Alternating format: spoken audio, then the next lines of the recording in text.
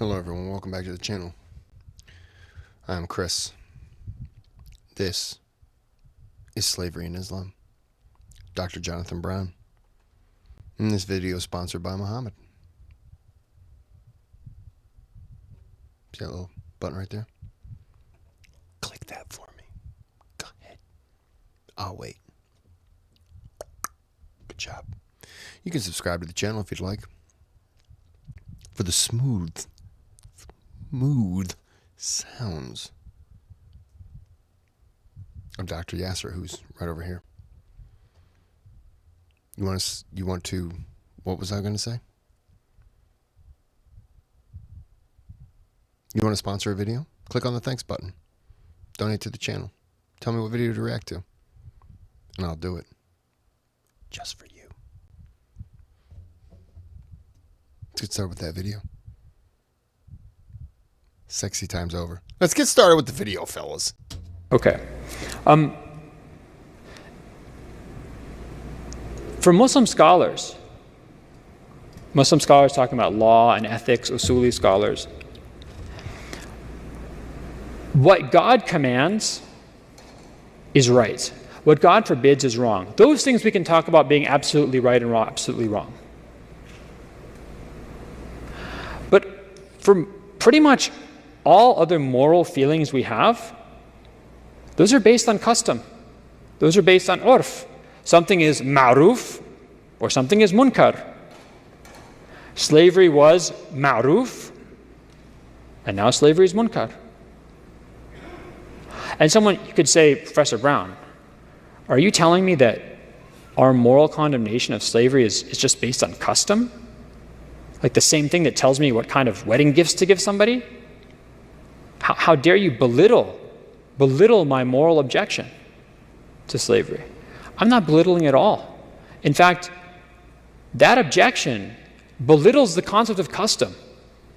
It belittles the fact that human beings, for most of their moral transactions in the world and most of their moral actions in the world, their judgments are based on custom, not based on some kind of universal moral law. And in fact, it's a very unique feature of modern Western society that we assume that everything that we feel is right and we feel is wrong must be a universal. So when we decide that, let's say, it's proper for women to dress with their hair showing and wearing short-sleeve shirts, or for guys to not to wear a hat or something like that, we just assume that this is the normal thing that everybody in the world should do. And that women or men who are not allowed to dress like this in other countries are being oppressed, because these are universals.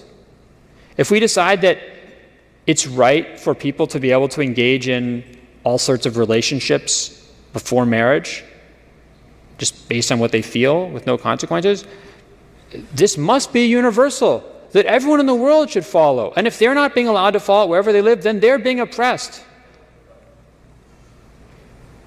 So we live in a society that takes custom and makes it into moral universals. Whereas Muslim scholars understood that custom is really important. It has real legal meaning for people. It has real moral meaning for people. But that you can't universalize it because it's not fair to do that to other cultures. So for example, if we were to have Sharia courts in America, I'm not advocating Sharia creep, but if we were to have Sharia courts in America, and my wife were to go and say, my husband, he sits around, he doesn't do any work around the house, he doesn't take care of the kids, he just goes out and hangs out with his friends all the time, and I think he's a lousy husband and I want to get divorced from him. My guess is that Muslim scholar applying Islamic law in America would say, yes, your husband is not giving you your haqq, because in American urf, these are not the duties and rights and obligations of men and women to one another in marriage. The obligations of a husband, the obligations of a wife, the rights of the husband, the rights of the wife, in Islamic law, these are determined by custom. I mean, there's a few outlines or boundaries and pillars that are determined by the Quran and the Sunnah, but the details, this are determined by custom. And this is legally meaningful. People will get divorced on this. You have to pay mahar or not pay mahar. Okay. The last thing I want to talk about, two things. I can't believe I've actually gotten through what I talked about. I'm going to talk about two other issues. One is the change in slavery that was brought by Islam, and the second is abolition of slavery in Islam. It is not exaggeration. It is not, and I will happily go in front of the most skeptical academic audience and say this. This is not me doing some kind of Muslim cheerleading. Islam is great. Muslims invented ice cream. I'm not doing that kind of thing. This is completely true. The Quran and the Sunnah of the Prophet and the legal understanding of the early Muslim community completely revolutionized slavery in the Near East. And slavery in kind of what we would think of sort of the Western world, one of Central Asia or Mediterranean world, Europe, and then the Americans. The main routes into slavery, the main ways that someone became a slave prior to Islam in the Near East were debt. You owed money, you couldn't pay, you became the person's slave. Capture, as a basically being raided. Self-dedition, which means giving yourself as a slave. This is, people don't know this, but many, many millions of people in human history gave themselves as slaves to other people. Why would they do this? Because they were starving, because they were poor, because they were foreigners in a place where no one to protect them. And being protected and taken care of was more important to them than their freedom. Selling your children into slavery. This is a major source of slaves in the ancient Near East, in India, until the 20th century, in Southeast Asia, in medieval Europe, was selling your children into slavery because you couldn't afford to keep them or because you owed money. Islam eliminated all of these. There is no debt slavery. And this is very clear in the Sharia. Every once in a while in Islamic history, you see it, for example, in Southeast Asia, in the 1500s and 1600s, you see some debt slavery. But this is a pre-Islamic tradition that continues. The Sharia prohibits debt slavery. The Sharia prohibits self-dedition. You cannot give yourself as a slave. The Sharia prohibits selling your children into slavery. So the major routes into slavery are all cut off completely. What's interesting is these are actually not mentioned in the Quran or in the Hadiths, but it's just like understood by consensus in the early Muslim community. It's ended. There's only one way to become a slave in Islamic law, which is for a Muslim to capture a non-Muslim outside the abode of Islam in a war. That's the one way. Or you can be born into slavery if your mother is a slave woman. All right. Another really important change that Islam brought for slavery was what happens to the offspring between a male slave owner and his female slave. So remember I gave you the example of Thomas Jefferson. Thomas Jefferson's children were born slaves. They were born slaves, and they were born members of an oppressed class in the United States, which are African Americans. He had guests over that made comments that's written that they would be served by the slaves who had a striking resemblance to him in the face and the nose, and were very, very, very, very, very, very, very, light skin, and not of the appearance of a typical slave.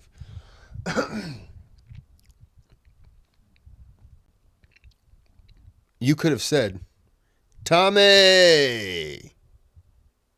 is this your child?" And he would have ignored you.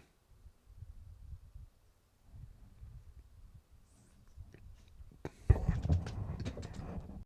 is happening over there? Yeah, he would have completely ignored you.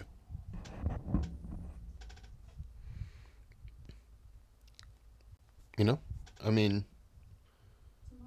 It's sad, but it is what it is. What's an African American? How do you define African American versus white in the United States? Anybody know? Skin tone?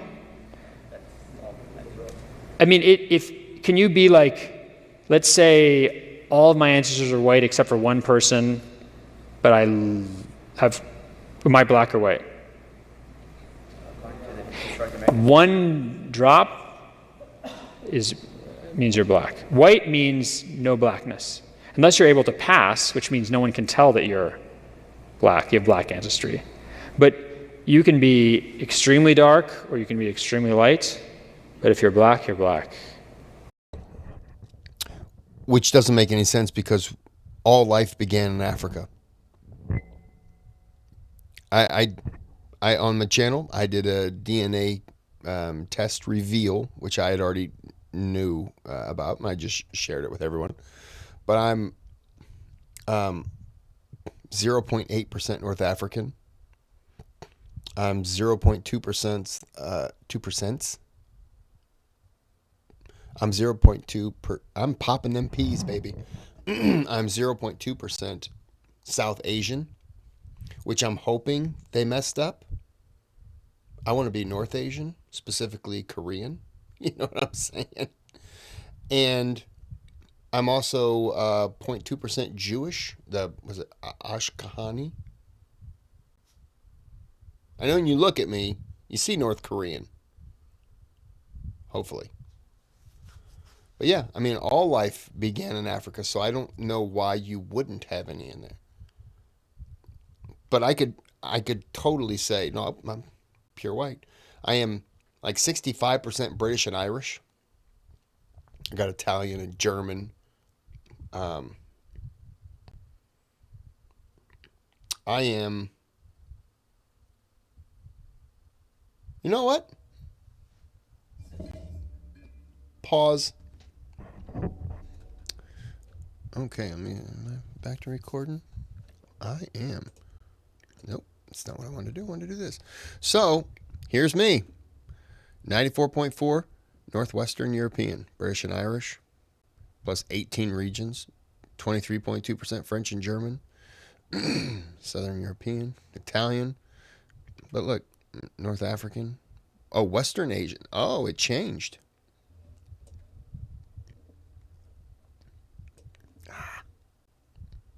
Come on. Wait a minute. Sorry, I have a little dot on a little spot on my computer. It's right here, and on my computer screen. And I was like, "Oh, look at me! What am I here?" Nope, it's nothing. It's a little stuff on the computer, on the screen. But this is me. What are the regions?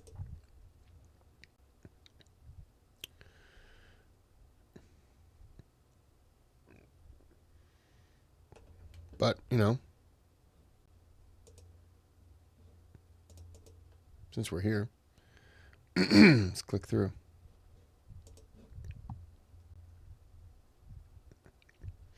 I have six I can't speak, 6 historical matches. See, I've said before, King Louis XVI. We share a common ancestor. Oh, and yeah, we're totally going to click on this since we're talking about, what I am. Yeah, I have more Neanderthal DNA than 75% of other customers.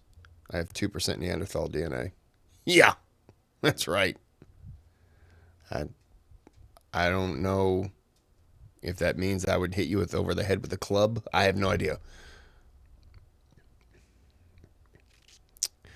Let's see. Having difficulty discarding rarely used possessions. Guilty. Having a worse sense of directions. Guilty.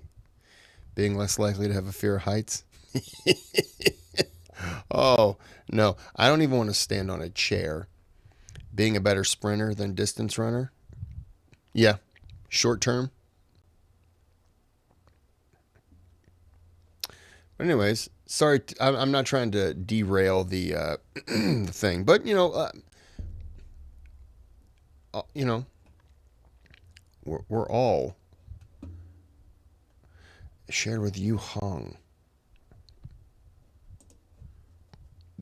I mean, here you go. Here's the migration path. Every person living naked tracer has matured thousands of generations. Met a single woman. And these are like all the traveling distances. So they travel 1 in 420. Yeah, my ancestors, we invented the Silk Road. That's not what it says, but that's how I'm taking it. So it's got to be true, right? You can't lie on YouTube. That's what they say. And then traced back 275,000 years. But yeah, it's really cool. 1 in 950 share this line. I share a paternal line with King Louis. Going back 10,000 years. We're like bros. But anyways, I'm showing that just because it's cool, but also because all life began in Africa. You're not going to have... am I related to him? Can I click on this? We're about to learn this together. Am I? Are you asking me? I gave you my spit. You should be able to tell me if I'm related to him. Watch you be like, no, Kris, you're not. Stupid. Be like, oh. I kind of want to join the one just to see who historically I'm related to. This right here. And no, these are not me examples. But I gotta pay $125. I tell you what. I'll pose the question. You tell me if you want me to do it, and I will. I'll do it to see who are my 6 historical matches. Okay. Sorry to hijack that. Back to the video. And otherwise, you can't be part white. You're either white or you're fully white or you're black, right? If Thomas Jefferson had been a Muslim, his children would have been born free. They would have been born free. They would have been legitimate. They could inherit from him. Their mother would have been freed when their father died. And this is important. They would have had the same social standing as children born of a free wife. This is also agreed upon in Islamic law, completely. Very important. The offspring of a male slave owner and his female slaves are born free, they're legitimate, and they have the same social standing as people born of free women, free wives. That's why almost all the Abbasid caliphs and all of the Ottoman sultans except one were children not of wives, not of free wives, but of slave women. This is what leads to what the scholar of African history, Ali Mazrui, rahimahullah, who died recently, called ascending miscegenation. Ascending miscegenation. Whereas in America, people who were result of mixed free and slave unions went down into the enslaved oppressed class. People who were born of those unions in Islamic civilization went up into the free Muslim community. The final change brought by Islamic law, or the Quran and the Sunnah, is an obsession with emancipation.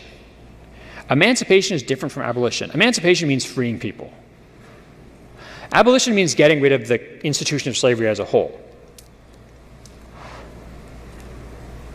The Quran does not propose abolition. Why not? Because nobody proposed abolition until the early modern period. There's no society that had slaves, which is almost every society in human history, and certainly every civilization in human history.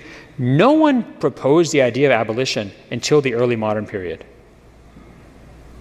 I want you to understand this very clearly. Who saw the movie Spartacus? Come on, that's an old movie. That's okay, right? You guys didn't watch Spartacus? This guy watches everything. Someone needs to talk to him.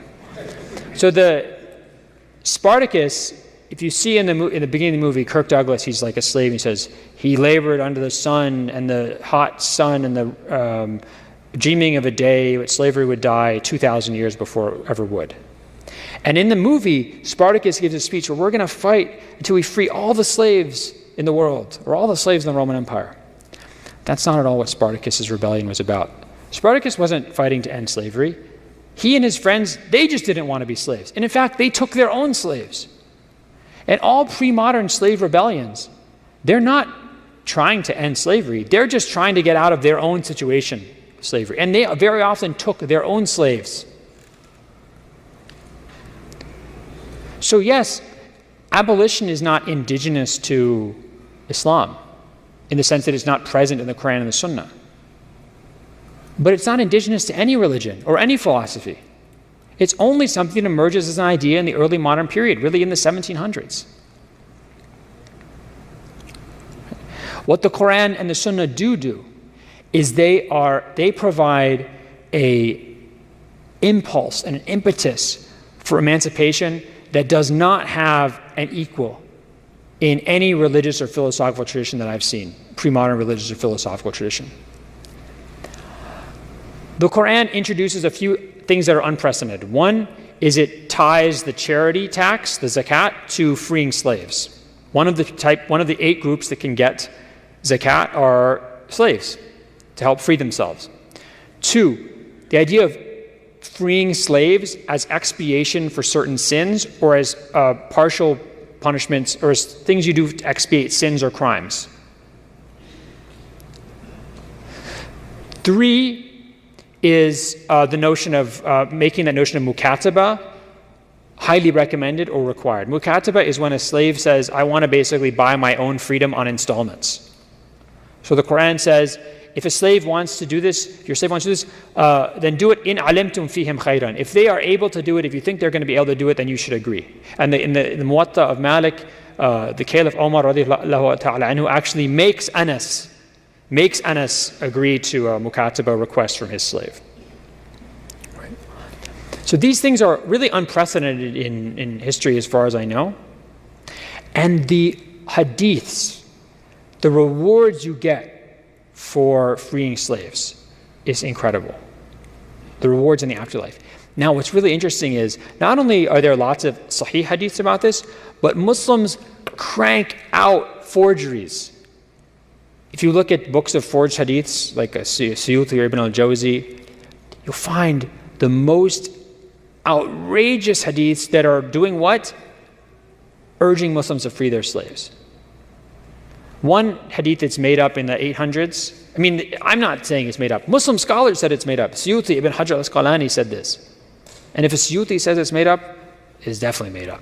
He's very lax in his standards, rahimahullah, right? So this one, it's supposedly one of the last khutbahs given by the Prophet ﷺ.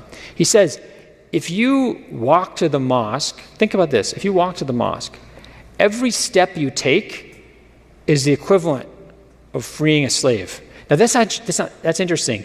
That hadith isn't telling you to free slaves, but freeing slaves has become so important that freeing slaves is like the unit of measurement you use to talk about the reward you're going to get for something else. Another hadith that's made up in the 900s, the Prophet allegedly says, he tells a woman, sabbihi, do tasbih of God, right? For every tasbih is the equivalent of freeing 100 slaves. So freeing slaves is such a basic unit in Muslim understanding of pious life that it becomes a way to count other good deeds. And this impetus to free slaves, this drive to emancipate, is so widespread and consistent that if you look in Islamic history, now Islamic history is very long and very broad geographically, but in general, in general, this is a generalization, but I think it's a fairly accurate one. People who were slaves to Muslims were not slaves for their whole lives. They were usually slaves for like 7 to 10 years, and then they were freed.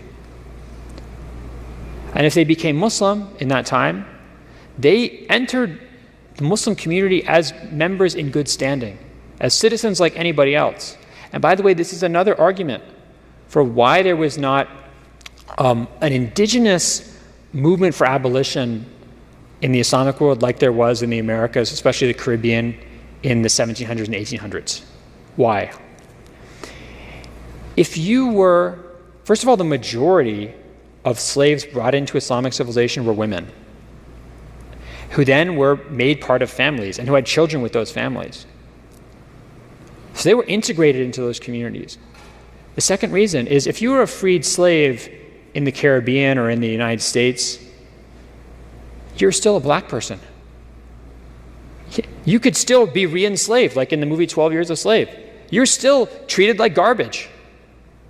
And worse, you weren't an enfranchised member of society. So the only way, as long as slavery existed, you were under threat of re-enslavement. The only way to get rid of, to ever feel safe, was to end slavery or to do what's called maroonage, which means you basically go and you live in some isolated part of an island with other escaped or freed slaves. For Muslims who were freed slaves, they were part of the society. They could be successful merchants, they could be Muslim scholars, they could be saints. In my book, there's a whole section on slave saints, by the way, saints who are slaves, awliya. The way that there's a slave.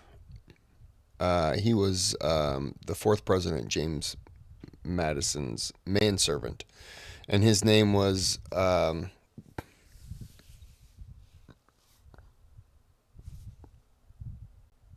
Jennings. I always want to say Ben Jennings, but Paul Jennings. I'm going to go with Paul Jennings. Hold on. Okay. Yep, I looked it up. Paul Jennings. Born 1799, died 1874. He was an American abolitionist and writer. He was enslaved as a young man by President James Madison during and after his White House years. Jennings published in 1865 the first White House memoir. His book was A Colored Man's Reminiscence of James Madison, described as a singular document in the history of slavery and early American republic. And I mention him because he was freed at Madison's death because he was around Madison. Madison was a very smart man. Was around Madison, got his freedom, got some money. He invested it. People, he had a name. I was James Madison's manservant. So people were like, oh, Madison the president? Okay. He invested that money, ended up becoming a millionaire. Real estate. Has real estate in Washington, D.C. I don't know if it's in D.C. I know it's in Georgetown, near D.C. Maybe Alexandria. I'm going to say D.C., where his family still lives today in those housing. During the Civil War, he had ships, not big ships, but he had ships built that would sail down and pick up slaves and then sail them back up north to freedom and take them to Canada. He's somebody who I think should be on there. He's somebody who, once I learned about, can never forget about him. I think there was another gentleman. I have a book about him called, I think his name was Robert Smalls. He was a slave slave turned military man for the North in the Civil War. And I have a book about him. I haven't read that yet. But yeah, that's another person. I'm going to go for a little bit longer, and then I'm going to end the video. We can talk about abolition in the Islamic tradition that I think is the most accurate. Is to say that, and this is entirely authentic in the Sharia tradition, that as a legal maxim says, يَتَشَوَّفُ الشَّارِعُ إِلَى الْحُرِيَّةِ. The lawgiver, God, looks expectantly towards freedom. And actually, you can find this in one of the earliest books that survives in Islamic tradition, the Kitab al-Tahrish of Dirar ibn Amr. There's a hadith, we talked about this hadith actually. It comes from the very early period. We don't know if the Prophet said it or not, but it's a very early idea. If a man says to his wife, "Inti talaq insha'Allah," she's not divorced, because God doesn't want divorce. But if you say to your slave, "Anta hur insha'Allah," the slave is freed. Why? Because God wants freedom. So even if you look in the Kitab al-Muwafaqat of Ash-Shatibi, died 1388, a major scholar of the maqasid of the Sharia, he says one of the maqasid of the Sharia is al-itq, freeing slaves. And if we now live in a time when it's economically, not just economically feasible, but economically profitable not to have slaves, if we can remove the harm of slavery, and this is something I forgot to mention, which I'll shoehorn in really quickly. Muslim scholars always recognized that slavery was harmful. They talked about darar al-riq, the harm of slaves. What was the harm of slavery? They realized that being a slave was not pleasant for a lot of people. It was you were unable to make your free choices. You were you couldn't, let's say, lead prayer or lead a Jummah prayer. Right? You were unable to benefit from the fruits of your own labor if you wanted. So that's why they understood that freeing people was a good thing.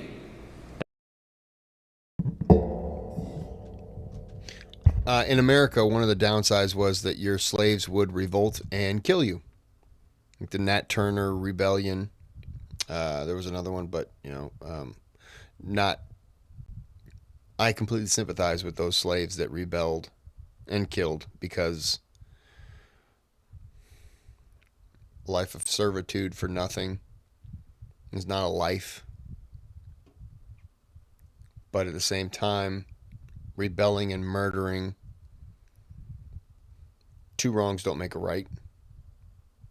But if I'm looking at it, I would side with the slave, because in that situation, fighting and being killed, I died fighting. But dying because you were hungry and you had a little more food and you got caught and you got whipped to death, or you got whipped and then you got an infection and you ended up dying, that's nah. So we're going to end this video here, and I am done recording for the night, but I'll be back to finish this video tomorrow. Thanks for listening to the smooth sound of Dr. Jonathan Brown. Although I paused at a moment where he probably wishes that I didn't. We're going to end this video now. So until next time, have a good day, have a good night.